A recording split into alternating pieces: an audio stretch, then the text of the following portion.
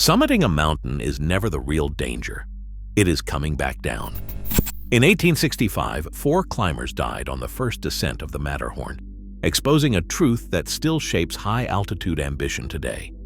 Even now, decision-making accuracy can fall by half above 4,000 meters. If we have built new paths to the world's highest ground, why does every ascent still demand such a price?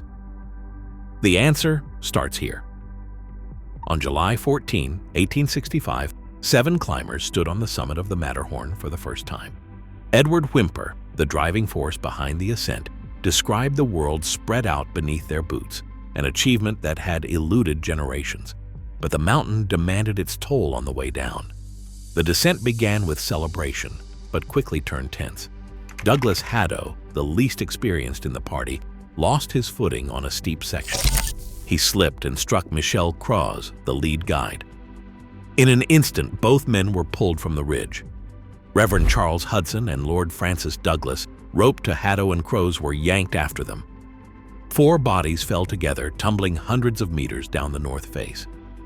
The only thing that held back total disaster was a single rope, a reserve manila line thinner and weaker than the main climbing ropes. It snapped under the force, leaving Whymper and the Taugwalders clinging to the mountain, alive but separated from their companions forever. Later engineering analysis suggests that the dynamic load from 4 falling climbers, nearly 300 kilograms in total, generated forces of up to 2,000 kilograms, far beyond what the rope could bear. Whymper's own words would haunt every generation of climber that followed. There is no absolute safety in mountaineering. The top does not guarantee return. The Matterhorn's first ascent ended not with triumph, but with a lesson written in loss. A reminder that in the high places, the real test begins after the summit is reached. In the decades that followed the Matterhorn tragedy, the mountains drew a new breed of climber. The golden age of alpinism, spanning from 1854 to 1865, saw summits claimed not just for science or glory, but as a test of what was possible. The risks were woven into the culture. Climbers accepted that every ascent was an experiment, with their own bodies as the subject. Equipment offered little margin for error. Hemp ropes, prized for their flexibility, could only hold so much weight before snapping. Tests on period ropes show a breaking strength between 1,500 and 2,000 kilograms, when new but heavy use, knots, and weather exposure could cut that in half. Boots bristled with hammered nails for grip, but lacked the precision of modern rubber. Protection was basic, and every step was a gamble between grip and gravity. Yet ambition outpaced technology. Climbers like John Tyndall and Lucy Walker pushed into higher, thinner air, sometimes for days on end. As expeditions moved from the Alps to the Himalaya, the limits of the human body came into sharper focus. Above 8,000 meters, the area known as the death zone, oxygen is so scarce that the body can no longer acclimatize. Muscles waste, judgment falters, and even simple tasks become monumental.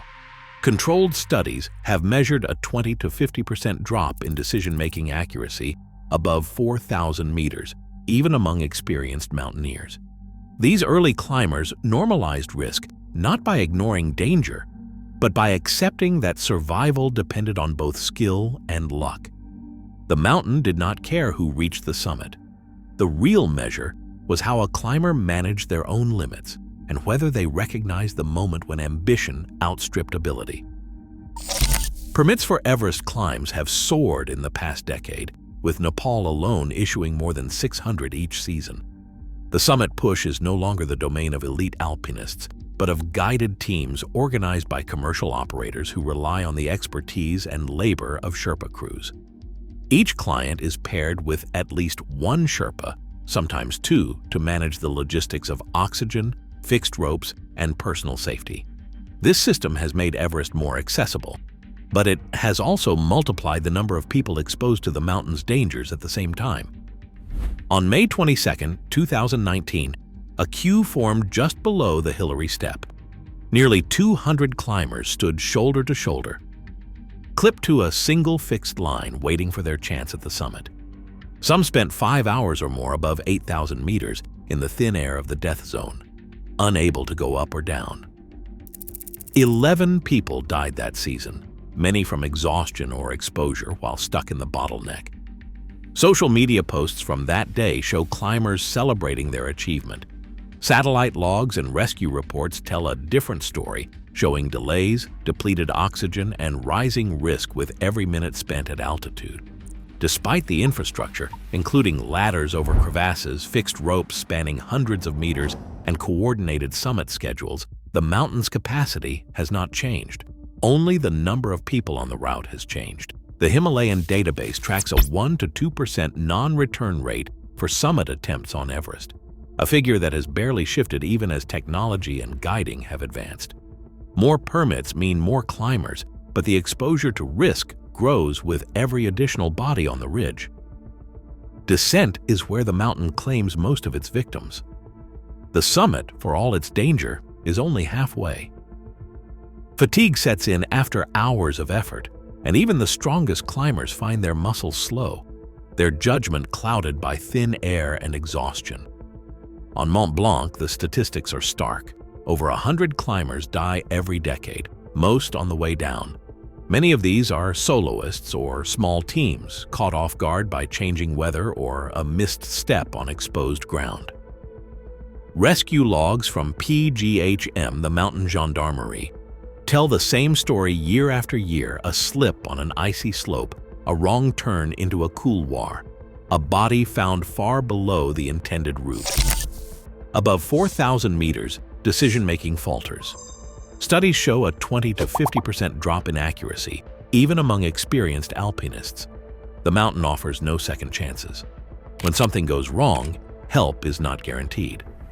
Helicopters, the backbone of modern alpine rescue, have a hard ceiling.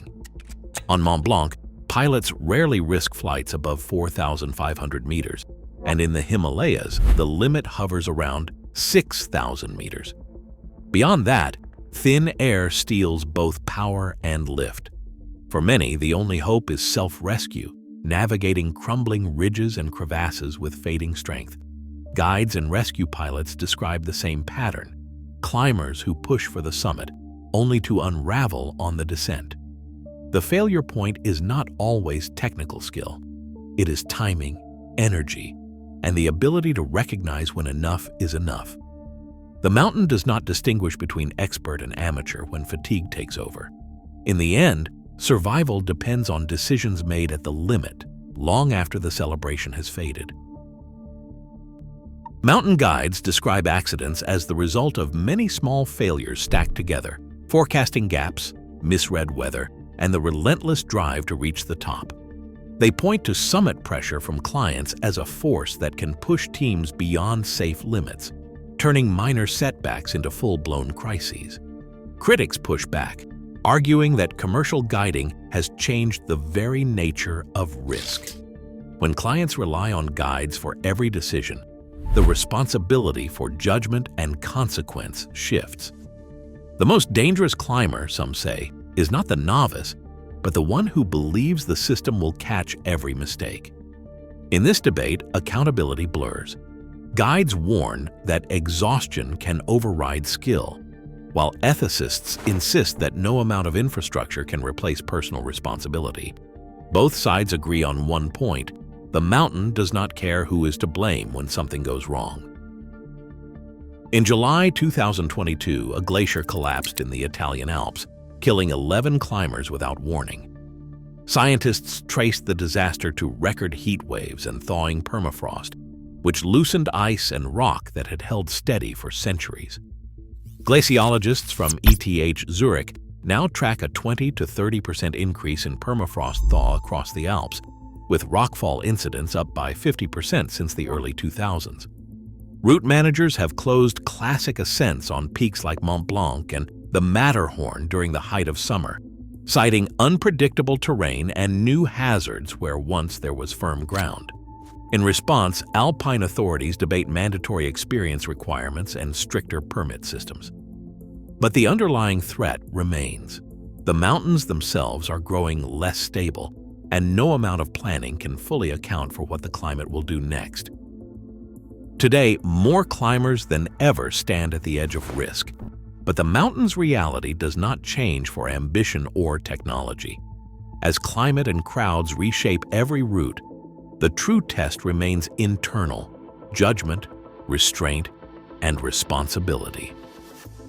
The future of climbing hinges on choices made long before the summit.